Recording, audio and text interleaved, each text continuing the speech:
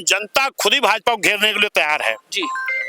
क्योंकि भारतीय जनता पार्टी कहती है इस देश में जातियां नहीं है, लेकिन प्रधानमंत्री ये खुद चुनाव लड़ने आते हैं तो बोलते हैं ये लोग पिछड़े को नहीं पसंद करते, ओबीसी को नहीं पसंद करते, गरीब को नहीं पसंद करते अपने वोट के लिए। लेकिन आज क्या कहते हैं, इस देश में कोई जाति नहीं है, जाति 4 हैं। कौन जाति बताते हैं? माननीय प्रधानमंत्री जी कहते हैं एक जाति है नौजवानों की, एक जाति है किसानों की, तीसरी जाति है महिलाओं की, चौथी जाति है गरीब की। लेकिन मैं जो देख रहा हूं इस देश का किसान भी परेशान है, क्योंकि अभी किसान अपनी बात कहने के लिए दिल्ली जा रहा था, लेकिन गाजियाबाद के बॉर्डर पर इस देश का जो अन्नदाता है, जो किसान है, वो अपनी बात कहने ना जा सके, सड़कों पर बड़ी बड़ी कीलें ठोक दी गई। इस देश के किसान जो अन्नदाता है उसके ऊपर आंसू गैस छोड़े गए। नौजवानों की क्या हाल है, अभी एआरओ की परीक्षा हुई, पर्चा लीक हो गया, यूपीपी की परीक्षा हुई, पर्चा लीक हो गया। शिक्षकों की जरा गौर करो मेरे भाई, क्या कर रही है डबल इंजन की सरकार? इंटर की फीस कितनी हो गई, बीए की फीस कितनी हो गई, एमए की फीस कितनी हो गई, टेक्निकल शिक्षा की जरा फीस तो देखो। गरीब आदमी बच्चों को पढ़ा नहीं पाएगा। अरे मैं डबल इंजन सरकार से कहता हूं कि हमारा इस देश का नौजवान आम पब्लिक खाना खा लेती है, कमा लेती है, उसको 5 किलो अनाज मत दो, 1 यूनिट पे 5 किलो, इसका दाम 15 रुपया। आप उसको गरीबों की शिक्षा फ्री कर दो। नौजवानों की नौकरी के लिए जब परीक्षा भरता है, फार्म भरता है, परीक्षा देने जाता है, किस तरीके उस गरीब बेटे का बाप 1000-2000 इकट्ठा करके परीक्षा देने के लिए भेजता है, और वो बच्चा स्टेशन पर पेपर बिछा के सोता है, बैठता है, बाद में पर्चा लीक हो जाती है। अरे ऐलान कर दो कि नौजवानों को अगर उनके हाथ में परीक्षा देने का प्रमाण पत्र है तो उनसे कोई बस का किराया नहीं लिया जाएगा, ट्रेन का किराया नहीं लिया जाएगा, बच्चों की शिक्षा फ्री की जाएगी। नौजवानों इसके नाम पर तो है ही नहीं, वो तो पता नहीं किस चीज के लिए बस फ्री कर रहे हैं, वो आप लोग समझो, हम नहीं जानते। लेकिन नौजवान बहुत पीड़ित है, किसान बहुत पीड़ित है, गरीब तो बहुत पीड़ित है। उसको क्या कहा जा रहा, 80 करोड़ लोगों को अनाज फ्री दे रहा हूं। ये मेरे डबल इंजन की सरकार वालों, इस देश का नौजवान कमा खा लेता है। आपके हिसाब से 80 करोड़ लोग भूखे मर रहे क्या जो फ्री अनाज दे रहे हो? ये कमा खा लेते हैं। और माननीय अभिन जी ने उत्तर प्रदेश अपनी सरकार में 5 किलो गल्ला नहीं, खाली जमीनों को पट्टा दे के काश्तकार बनाया है। अयोध्या में कैंडिडेट तीनों आ चुके हैं लगभग, प्रभारी हमारे भी बन गए हैं, सपा के भी आ गए हैं। भारतीय जनता पार्टी से अगर भाजपा की बी टीम समाजवादी नहीं होती तो अयोध्या में Bahujan Samaj party SC ST base वाली पार्टी है।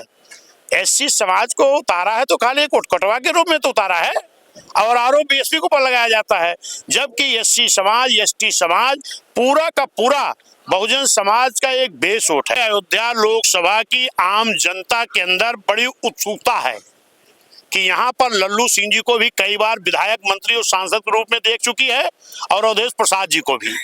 यहाँ की लोकसभा की जनता चाह रही है कि अब की एक नए नौजवान को, जो बहन जी ने प्रत्याशी बना करके भेजा है, प्रभारी बना करके भेजा है, इनको बहन जी प्रत्याशी अगर बनाती हैं तो यहाँ की जनता एक नौजवान को अब की यहाँ चुनाव जिता करके भेजेगी। और जितने भी लोकल मुद्दे होंगे, इस जनता के यहाँ के मुद्दे होंगे लोकसभा के, उन सारे मुद्दों को बहुजन समाज पार्टी के जीतने के बाद उस सारे मुद्दों पर काम किया जाएगा। जी, जैसे शिक्षा की बात होती है, संविधान की अभी आपने, शिक्षा ही सबसे बड़ा मूल है, लेकिन आप आए दिन देखते हैं विद्यार्थी होता है, वो परीक्षा के लिए जाता है, लेकिन परीक्षा लीक हो जाती है। तो क्या इन सब मुद्दों पर और महिलाओं के मुद्दों पर, बेरोजगारी के मुद्दों पर आप लोग क्या घेरेंगे और इन मुद्दों को जमीन पे उतारेंगे जिससे जनता आप पे विश्वास कर पाए? देखिए, इस बात पे जवानों को रोजगार मिले, किसानों को अच्छी आय मिले, किसानों को जिस तरीके से प्रताड़ित किया जा रहा है ये ना हो इस देश में।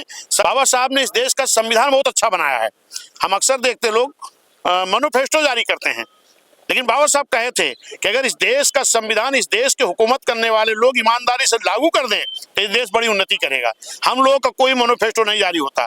जो बाबा साहब ने इस देश का संविधान बनाया है, निश्चित है जिस दिन बहुजन समाज पार्टी इस देश के हुक्मरान बनेगी उस दिन बाबा साहब का संविधान पूरी ईमानदारी इस देश में लागू करेगी, और उस संविधान के आधार पर इस देश के सभी वर्ग, सभी जाति, सभी धर्म का पूर्ण विकास होगा, इस देश का विकास होगा। जी, जैसे विपक्ष कह रहा है कि जो आपकी पार्टी है वो वोट कटुआ पार्टी है, सिर्फ वो वोट काटने का काम कर रही है और बी पार्टी की तरह भाजपा को सपोर्ट कर रही है, इस पर आप क्या कहना चाहेंगे? अयोध्या में कैंडिडेट थी और ये मकबरा है और आज काशी राम जी का जन्म दिवस भी है। सपा चौवन का जो चुनाव है, यह सपा ने अपनी प्रत्याशी की घोषणा, जनता पार्टी ने भी अपने प्रत्याशी की घोषणा कर दी, लेकिन अभी बसपा ने यहाँ पर किसी भी प्रत्याशी को टिकट नहीं दिया है। लेकिन आज बहुत बड़ी बैठक यहाँ पे की गई है। आप सम्मेलन देख सकते हैं कि किस प्रकार का जो है यहाँ पर व्यवस्था की गई है और यहाँ पर आज कितनी भीड़ है देखने को आप देख सकते हैं कि यहाँ पे बैठक में ताकत झोंकने का प्रयास जो है बसपा ने की है और यहाँ पर तमाम लोग आए हुए हैं, तमाम महिलाएं भी आई हुई है और तमाम पुरुष भी यहाँ पे मौजूद है। और साथ में हो सकता है कि आज या कल में जो है चुनाव का डेट भी आ जाए, आज कल में डेट भी आ सकता है और मायावती ने भी जो रणनीति बनाई है उसके तहत जल्दी ही हो सकता है बसपा भी अपने प्रत्याशियों की घोषणा 80 के 80 सीटों पे, जैसे उन्होंने कहा मैं अकेले दम पर चुनाव लड़ूंगी, तो हो सकता है हर जगह आपको प्रत्याशी देखने को भी मिल जाए और लिस्ट भी देखने को मिल जाए। लेकिन तमाम जो विपक्षी पार्टियां हैं वो हमेशा से आरोप लगाती रहती हैं कि भाजपा भी पार्टी है, बसपा जो है बसपा भी पार्टी है, इस प्रकार का हमेशा से आरोप लगता रहता है। लेकिन अब आने वाले समय में चुनाव में पता चलेगा कि जनता किस पर कितना विश्वास करती है और बसपा कितनी ताकत के साथ लोकसभा का चुनाव लड़ती है और कितनी सीटें निकालती है, ये तो समय ही तय करेगा। लेकिन कहा जाता है कांग्रेस और सपा वो पूरी मजबूती के साथ यूपी में उतर चुकी है और वहीं जो भारतीय जनता पार्टी वो भी पूरी मजबूती के साथ यहाँ पे चुनाव लड़ने का प्रयास कर रही है। लेकिन कहीं ना कहीं एक बसपा को मजबूत पार्टी माना जाता है। अगर बसपा ने भी अपनी ताकत दिखाई तो कहीं ना कहीं और जो राजनीतिज्ञ है वो मानते हैं कि उसका फायदा जो है, जितनी मजबूती से बसपा लड़ेगी, चाहे वो अयोध्या की सीट होगी या अंबेडकर नगर की सीट होगी या अन्य जिलों की सीट होगी, जो 80 सीट होगी, वो वहां पे जितनी मजबूती से लड़ेगी उतना ही फायदा जो है भाजपा को होगा, ना कि सपा और कांग्रेस को होगा। लेकिन अब तो ये तय करने वाला समय ही बताएगा, डेट आने के बाद तय होगा कि कितने सीटों पे कितने लोगों को उतारती, कितने लोकसभा में कितने प्रत्याशी उतारती है। ये सब चीजें अभी समय पे धीरे धीरे आप सबको पता लगता रहेगा। चुनाव का जो बिगुल बसपा को फूंकना था उसने फूंक दिया है और अपनी ताकत दिखाने का प्रयास भी किया है। यहाँ पे भारी मात्रा में यहाँ जनता आई कि तमाम मुद्दे हैं, चाहे वो बेरोजगारी का मुद्दा हो और चाहे वो किसान का मुद्दा हो और चाहे वो महिलाओं का मुद्दा हो, तमाम मुद्दों को लेकर जो है बसपा जो है बिगल फूंक चुकी है और तमाम मुद्दों को लेकर जो है जमीन पर जाएगी और जाने के बाद जो है चुनाव लड़ेगी। बसपा का एक रणनीति रहती है कि जब किसी को प्रभारी बनाया जाता है तो उसी को टिकट भी दिया जाता है। तो लगभग अगर माना जाए जैसे यहाँ पर जो प्रभारी नियुक्त किए गए हैं, तो जहां तक ये भी निकल के आ रही है सूचना कि वही ही लोकसभा के यहाँ से उम्मीदवार होंगे। अब लेकिन जैसे ही उम्मीदवार घोषित होंगे वैसे ही ये चुनाव बहुत ही महत्वपूर्ण हो जाएगा, त्रिकोणीय हो जाएगा और फिर देखना ये रहेगा कि जनता किस पर विश्वास करती है और कितने मुद्दों के साथ कौन यहाँ पर खरा उतरता है। क्योंकि सिर्फ केंद्र का ही मुद्दा नहीं रहेगा, राज्य का ही मुद्दा नहीं रहेगा, बहुत से मुद्दे जो होते हैं वो जिले के होते हैं। तो जिले के मुद्दों को लेकर कौन कितना खरा उतर पाता है और कितना लोगों के बीच में लोकल होकर जो है कितना विश्वास जनता का जीत पाता है, ये तो आने वाला समय ही बताएगा। कार से प्रभारी जी की नियुक्ति हुई है, एक उमंग जो निष्क्रिय बसपा दिख रही थी उसमें एक उमंग लगता है अयोध्या में आ चुका है और अयोध्या से हमें लगता है पूरे राज्य और केंद्र में एक हलचल सी जाएगी। लेकिन इसी सब चीजों को लेकर आइए बात करते हैं। तो यहाँ पर आप देख सकते हैं इस समय सारे जितने भी दिग्गज नेता हैं यहाँ के वो पूरी तरह से सक्रिय हो चुके हैं और कि बिगुल फूंक जा चुका है यहाँ से। अब यहाँ पे बात करते हैं कि आज आपने जन्म उत्सव के साथ प्रभारी की भी घोषणा कर दी और किन किन मुद्दों को लेकर आप जनता के बीच जाएंगे। देखिए, आज माननीय कांशीराम साहब की जयंती समारोह था और उस जयंती समारोह के मौके पर हम लोगों ने माननीय कांशीराम साहब को श्रद्धा समर्पित किया और मान्या बहन जी के निर्देश पर अयोध्या लोकसभा से सच्चिदानंद पांडे सचिन जी को इस लोकसभा का प्रभारी घोषित किया है।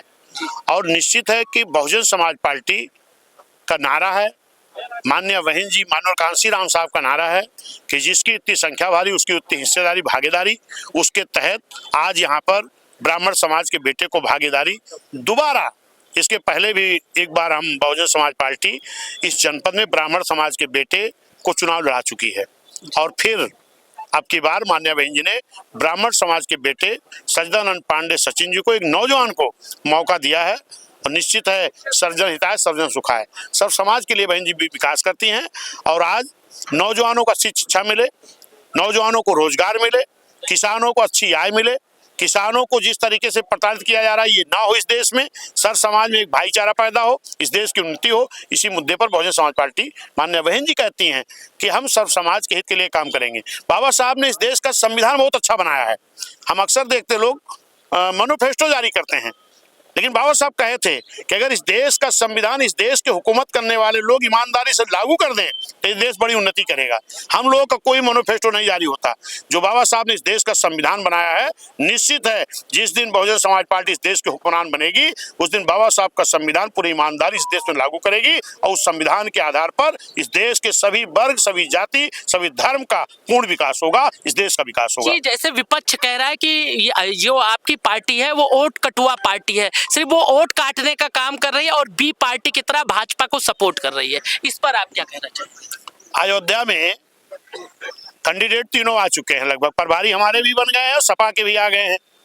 भारतीय जनता पार्टी से अगर भाजपा की बी टीम समाजवादी नहीं होती तो अयोध्या में Bahujan Samaj party SC ST base वाली पार्टी है। SC समाज को उतारा है तो खाली एक कटवा के रूप में तो उतारा है और आरोप BSP को पर लगाया जाता है, जबकि SC समाज ST समाज पूरा का पूरा बहुजन समाज का एक बेस वोट है और वो बहुजन समाज को छोड़ के, बहन जी को छोड़ के एक वोट कहीं जाने वाला नहीं है।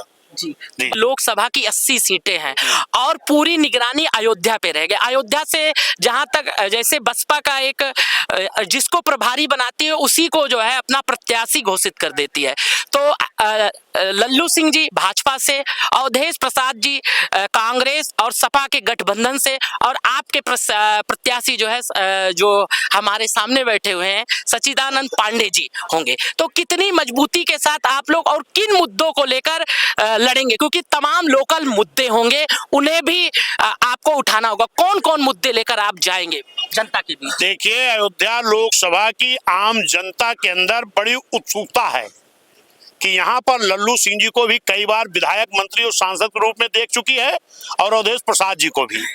यहाँ की लोकसभा की जनता चाह रही है कि अब की एक नए नौजवान को जो बहन जी ने प्रत्याशी बना करके भेजा है, प्रभारी बना करके भेजा है, इनको बहन जी प्रत्याशी अगर बनाती हैं तो यहाँ की जनता एक नौजवान को अब की यहाँ चुनाव जिता करके भेजेगी और जितने भी लोकल मुद्दे होंगे, इस जनता के यहाँ के मुद्दे होंगे लोकसभा के, उन सारे मुद्दों को बहुजन समाज पार्टी के जीतने के बाद उस सारे मुद्दों पर काम किया जाएगा। जी, जैसे शिक्षा की बात होती है, संविधान की अभी आपने यहाँ पे बात की, आपने की कि शिक्षा ही सबसे बड़ा मूल है, लेकिन आप आए दिन देखते हैं विद्यार्थी होता है वो परीक्षा के लिए जाता है लेकिन परीक्षा लीक हो जाती है। तो क्या इन सब मुद्दों पर और महिलाओं के मुद्दों पर, बेरोजगारी के मुद्दों पर आप लोग क्या घेरेंगे और इन मुद्दों को जमीन पे उतारेंगे जिससे जनता आप पे विश्वास कर पाए? देखिए, इस बात पे जनता खुद ही भाजपा को घेरने के लिए तैयार है जी, क्योंकि भारतीय जनता पार्टी कहती है इस देश में जातियां नहीं है, लेकिन प्रधानमंत्री ये खुद चुनाव लड़ने आते हैं तो बोलते हैं ये लोग पिछड़े को नहीं पसंद करते, OBC को नहीं पसंद करते, गरीब को नहीं पसंद करते अपने वोट के लिए। लेकिन आज क्या कहते हैं, इस देश में कोई जाति नहीं है, जाति 4 हैं। कौन जाति बताते हैं? माननीय प्रधानमंत्री जी कहते हैं एक जाति है नौजवानों की, एक जाति है किसानों की, तीसरी जाति है महिलाओं की, चौथी जाति है गरीब की। लेकिन मैं जो देख रहा हूं, इस देश का किसान भी परेशान है क्योंकि अभी किसान अपनी बात कहने के लिए दिल्ली जा रहा था, लेकिन गाजियाबाद के बॉर्डर पर इस देश का जो अन्नदाता है, जो किसान है, वो अपनी बात कहने ना जा सके, सड़कों पर बड़ी बड़ी कीलें ठोक दी गई। इस देश के किसान जो अन्नदाता है उसके ऊपर आंसू गैस छोड़े गए।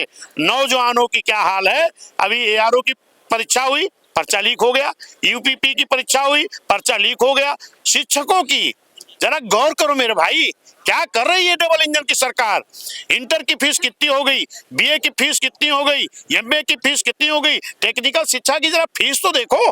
गरीब आदमी बच्चों को पढ़ा नहीं पाएगा।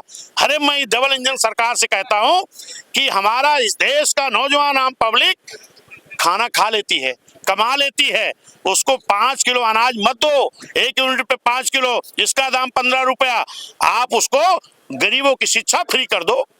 नौजवानों की नौकरी के लिए जब परीक्षा भरता है, फार्म भरता है, परीक्षा देने जाता है, किस तरीके उस गरीब बेटे का बाप 1000-2000 इकट्ठा करके परीक्षा देने के लिए भेजता है, और वो बच्चा स्टेशन पर पेपर बिछा के सोता है, बैठता है, बाद में पर्चा लीक हो जाती है। अरे ऐलान कर दो कि नौजवानों को अगर उनके हाथ में परीक्षा देने का प्रमाण पत्र है तो उनसे कोई बस का किराया नहीं लिया जाएगा, ट्रेन का किराया नहीं लिया जाएगा, बच्चों की शिक्षा फ्री की जाएगी। नौजवानों इसके नाम पर तो है ही नहीं, वो तो पता नहीं किस चीज के लिए बस फ्री कर रहे हैं, वो आप लोग समझो, हम नहीं जानते। लेकिन नौजवान बहुत पीड़ित है, किसान बहुत पीड़ित है, गरीब तो बहुत पीड़ित है। उसको क्या कहा जा रहा, 80,000 लोगों को अनाज फ्री दे रहा हूँ, 80 करोड़ लोगों को अनाज फ्री दे रहा हूँ। ये मेरे डबल इंजन की सरकार वालों, इस देश का नौजवान कमा खा लेता है। आपके हिसाब से 80 करोड़ लोग भूखे मर रहे क्या, जो फ्री अनाज दे रहे हो? ये कमा खा लेते हैं। और माननीय बहन जी ने उत्तर प्रदेश अपनी सरकार में 5 किलो गल्ला नहीं, खाली जमीनों को पट्टा दे के काश्तकार बनाया है। आज हमारा गरीब बहन जी की दी हुई जमीनों पर कई कई कुंटल गल्ला पैदा करता है। तुम्हारे 5 किलो की जरूरत नहीं है। हम चाहते हैं इन गरीब बच्चों को शिक्षा फ्री कर दो, नौजवानों को रोजगार दे दो, इनकी अच्छी दवा करा दो। इसके नाम पर तो उनके पास बजट ही नहीं है। भारत देश विभिन्न धर्मों का देश है, और ये देश बाबा साहब के बनाए हुए संविधान पर चलता है, और बाबा साहब ने इस देश में रहने वाले सभी जाति धर्म समाज के लिए बराबर का अधिकार दिया है। और धर्म जो है, मेरा मानना कि एक आस्था और विश्वास का चीज है। आस्था किसकी किस धर्म में है, विश्वास किसका किस धर्म में है, वो उसको मानेगा। अगर हम हिंदू धर्म के हैं, हमारी आस्था हिंदू धर्म में है, हमारा विश्वास हिंदू धर्म में है, तो हम उनको मानेंगे। किसी की आस्था विश्वास मुस्लिम धर्म में है, उसको मानेगा। किसी की आस्था विश्वास बौद्ध धर्म में है, उसको मानेगा। किसी का आस्था विश्वास सिख धर्म में है, उसको मानेगा। किसी का आस्था विश्वास ईसाई धर्म में, उसको मानेगा। धर्म एक आस्था विश्वास की चीज है, इस पे राजनीति नहीं करनी चाहिए। इस पे हम राजनीति नहीं करते। हम वोट की बात जो करते हैं, जो इस देश को नौजवानों को रोजगार देगा, नौजवानों को शिक्षा देगा, गरीबों को व्यवस्था करेगा, उनके विकास की बात करेगा, उसको वोट दिया जाएगा और उस बेस पर चुनाव होगा। जी, तो आपका जो मुद्दा रहेगा धर्म और जाति नहीं रहेगा, आपका कार्य रहेगा विकास। नहीं, धर्म के नाम पर किसी को राजनीति नहीं करनी चाहिए। धर्म, ये देश विभिन्न धर्मों का देश है। जिस धर्म में जिसका विश्वास होगा वो मानेगा, उस पे किसी को राजनीति नहीं करनी चाहिए। राजनीति करनी चाहिए कि शिक्षा कौन अच्छी देगा, रोजगार कौन अच्छा देगा, इस देश की अमन चैन कौन कायम करेगा, महिलाओं की सुरक्षा कौन देगा, इस पे राजनीति करनी चाहिए। अपना परिचय दे दीजिए। मैं विश्वनाथ पाल, प्रदेश अध्यक्ष उत्तर प्रदेश बीएसपी। जी, आप एक युवा है और इस बार आप पर विश्वास जताया है अयोध्या से लोकसभा से, आप क्या कहना चाहेंगे थोड़ा सा? ठीक जी, मैं ये कहना चाहूंगा, जो विश्वास दिखाया है बहन कुमारी मायावती ने, तो हम सबका विश्वास जो है वो एज अ जनता जो है बसपा के साथ है। और कहीं ना कहीं इस बार जो है हम यहाँ से भारी मतों से जीतेंगे और यहाँ से ही सांसद दिल्ली तक जाए। जैसे आप जानते हैं लगभग 4.5 लाख की संख्या ब्राह्मण आप भी हैं, तो ब्राह्मण चेहरे पर आपको उतारा गया है, तो 4.5 लाख ब्राह्मण और फिर उसके बाद SC OBC, तो सभी के बीच आप किन किन मुद्दों को लेकर कैसे विश्वास जताएंगे? कौन कौन सा लोकल मुद्दा आप उठाएंगे जिससे यहाँ की जनता आप पर विश्वास करे? देखिए, जैसा कि अभी 2 दिग्गजों के बीच में आप एक युवा चेहरा है। देखिए, जैसा कि अभी अध्यक्ष जी ने बताया कि यहाँ पे जो है बहुत सारे मुद्दे हैं। पढ़ाई का मुद्दा है, शिक्षा का मुद्दा है, दवाई का मुद्दा है। तो जो ये सारे बेसिक मुद्दे हैं, कहीं ना कहीं हम उस पर काम करेंगे और उन सारे मुद्दों को जो जन जन तक पहुँचाएंगे। जो वर्ग शोषित है, जो वर्ग तक ये सारी जो चीजें पहुंची नहीं है, वहां तक ये पहुंचाएंगे और हम इसी के ऊपर काम करेंगे। जी, अपना परिचय दीजिए। जी, मैं सच्चिदानंद पांडे सचिन, 54 लोकसभा अयोध्या। तो इस प्रकार से आपने देखा कि एक युवा चेहरा इस बार आपको लोकसभा हमें देखने को मिलेगा। और उन्होंने कहा कि जितने चाहे युवाओं की बात होगी, चाहे महिलाओं की बात होगी, और चाहे शिक्षा की बात होगी, चाहे रोजगार की बात होगी, और चाहे वो किसान की बात होगी, तमाम मुद्दों पर हम उठाएंगे और तमाम मुद्दों के बीच जनता के बीच जाएंगे और उस पे जनता में हम पे विश्वास करेगी। और इस बार जनता हमें अगर जिताती है तो उसके बाद जो है 5 साल में विकास आपको बहुत अच्छे से देखने को मिलेगा।